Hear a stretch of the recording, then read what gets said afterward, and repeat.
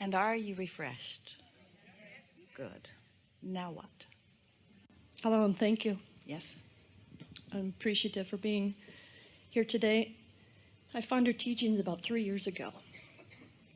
I've come to realize that all my life I've been a very powerful creator. But I didn't always know it. And I wasn't always allowed to be. As a gay woman, there were a lot of forces that worked against me. And it was only recently that I realized that I was able to be who I'm meant to be.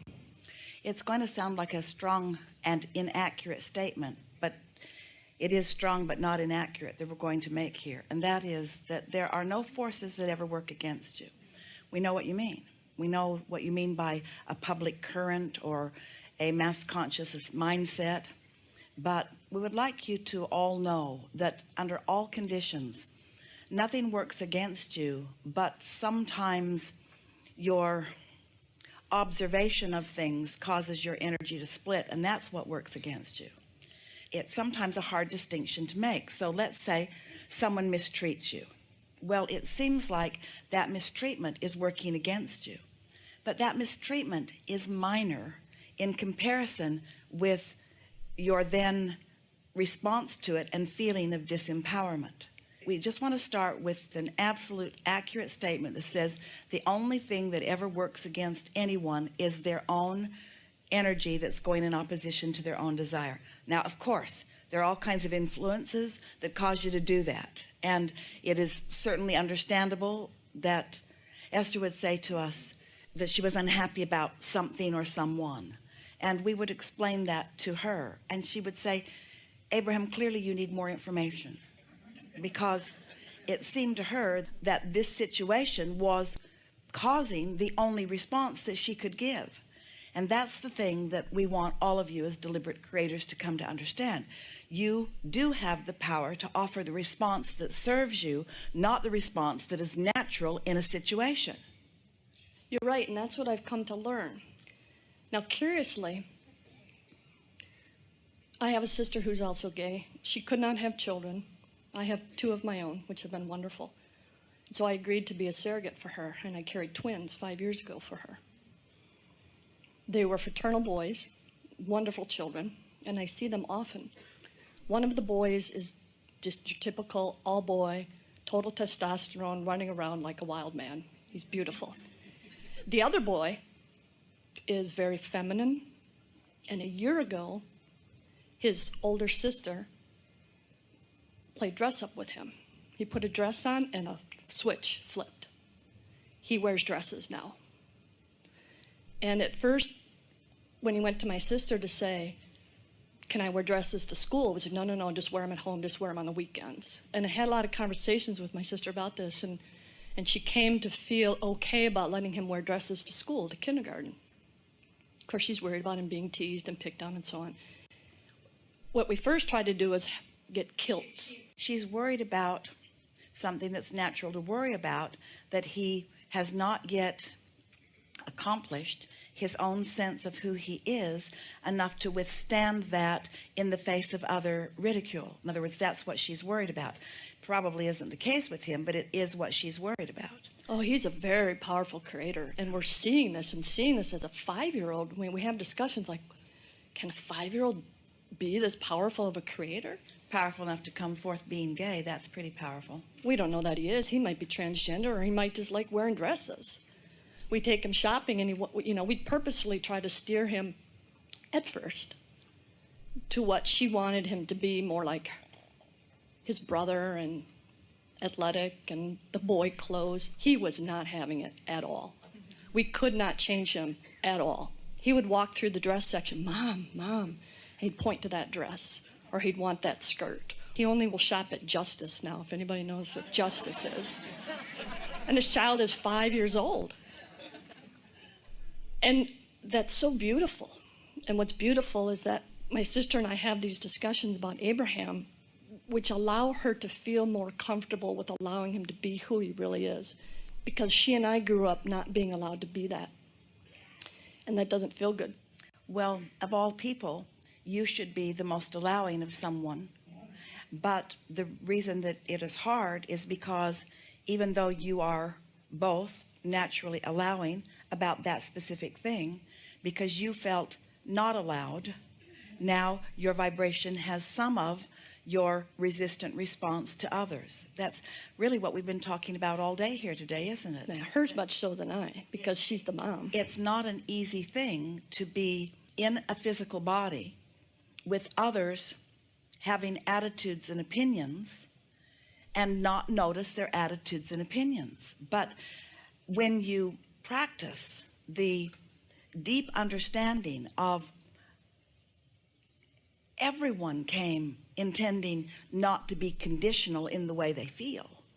Almost everyone is conditional in the way they feel. But in their being conditional, in other words, if you be different than I feel different about you, in their being conditional, they are separated from who they really are. And it's an interesting thing. So let's be very clear. So let's say public at large, or let's just say a group of people, or just let's say a person is looking at someone and feeling disapproval about something about them. The disapproval that they are projecting may be affecting the person who's being disapproved of. But the thing that we most want to say is that the person who is doing the disapproving is not in vibrational harmony with their inner being, who is not doing the disapproving. And so they are at odds, they are at discord, and we want to say in many of these cases severe discord with who they are. And most bullies are. And how do you explain that to a 5-year-old?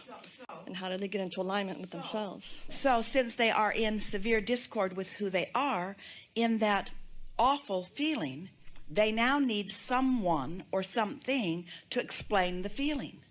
And so instead of understanding that the feeling is because they are at odds with who they are, they're here in judgment and their inner being is not in judgment, so the discord is uncomfortable to them, they need to assign the reason for their discord on the object of their attention.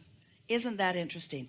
That's what you eventually understand, or you do understand, and that you explain to someone else. This isn't about you, and it isn't personal. This person is just using you, and it doesn't matter what the judgment is about. But a person in judgment who is now feeling hatred or discord about someone's behavior or appearance is not resonating with who they really are, and they need someone to blame the way they feel on. That's that conditional thing that we were talking about. And what they're really saying is, if you would stop being gay, or if you would stop doing whatever it is you're doing that is the reason that is happening at the same time I'm having this negative emotion, so I'm thinking it's something that you need to change, not something that I need to change. You hearing this? And so they're in a trap, because you're not going to change. You're certainly not going to stop being gay. You're not going to change. It's not so much about what the other people, it's I don't know that he's even struggling. He's pretty clear about who he is, but we're not even sure. You know, he's letting his hair grow long, like say, wearing the dresses. We may be answering a broader his question identity. than you think you are specifically answering. That's true. But the reason that we are is because there are so many people in distress because of their judgment of things. And we would like them to learn how to be unconditional.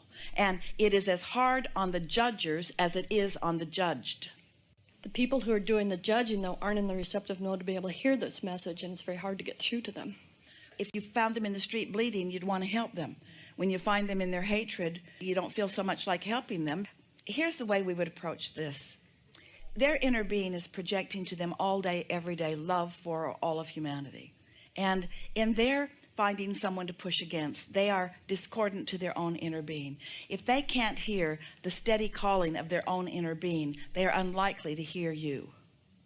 So we wouldn't stand in too much trying to get their attention, because it's sort of wasting your energy and wasting your breath, and you run the risk of, in trying to make them understand, in joining them in their vibration.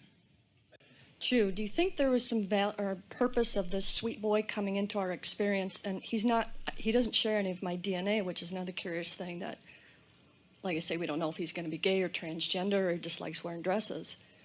But is there any value in him coming this way to teach a lesson to my sister or to me? Well, it's not a lesson. We don't really encourage you thinking in terms of lessons, but there are very strong intentions that are present within all of you as you make the decision to come forth into your physical bodies, and what this is about. And there are so many coming forth with this powerful intention. Your world is conditional and factioning off into camps of sameness and pushing against others. And so when someone comes forth in an obvious presentation that is unchangeable, like autism or a preference of gender that doesn't seem to match up the way others in their conditional world would like it to, or there are a lot of people who are coming forth so strong, you said this, so strong in their understanding of who they are, that they're not just going to be that easy, moldable, pliable person so that someone else can use them as their object of attention to feel good without understanding about focus. We really mean this when we say that most people are looking for really cooperative, lovely people to hang around with, and when you find one, you would like everybody to be more like that. But when someone is really easy for you to feel good about, they don't really give you any opportunity to find your alignment anyway. But when someone is different enough that they upset your belief apple cart, and yet your inner being is calling you toward love and alignment, and you can't find your alignment with your inner being as long as you hold those thoughts that don't allow your alignment, something's got to give. And it's giving a lot of people an opportunity to discover the love that is really who they are, and it's surprising them how easily, because a belief is just a thought that you keep thinking, and yet people are lining up in camps and dying over beliefs that are just thoughts that you keep thinking. We're seeing that, and it's been a wonderful blessing that this child came into both of our lives. Esther would say to us, but Abraham, it's true. There'd be some belief that she would hold that would just keep presenting itself to her as fact over and over again, but it's true. And we would say to her, what's that got to do with anything? And she just couldn't believe she was hearing that. What do you mean? And we said, all that a truth is, or a fact is someone holding something as their object of attention long enough that it comes into actualization. Instead of saying it's true, we would begin saying it's something that I desire, or it feels good when I think about it, because there are a lot of things that are true that you do not want to be part of your experience, and there are a lot of things that you believe are true that you do want to be part of your experience. So the criteria for what we give our attention to wouldn't be whether it's factual or not, because there are lots of facts that you don't want to replicate in your experience. Our criteria would be, how does it feel when I think this thought, or how does it feel when I focus upon it? And that's the reason that many are coming forth to give many others the opportunity to find this freedom. And this is the only place that freedom can ever be found, because as long as you need one other person to be one bit different in order for you to feel good,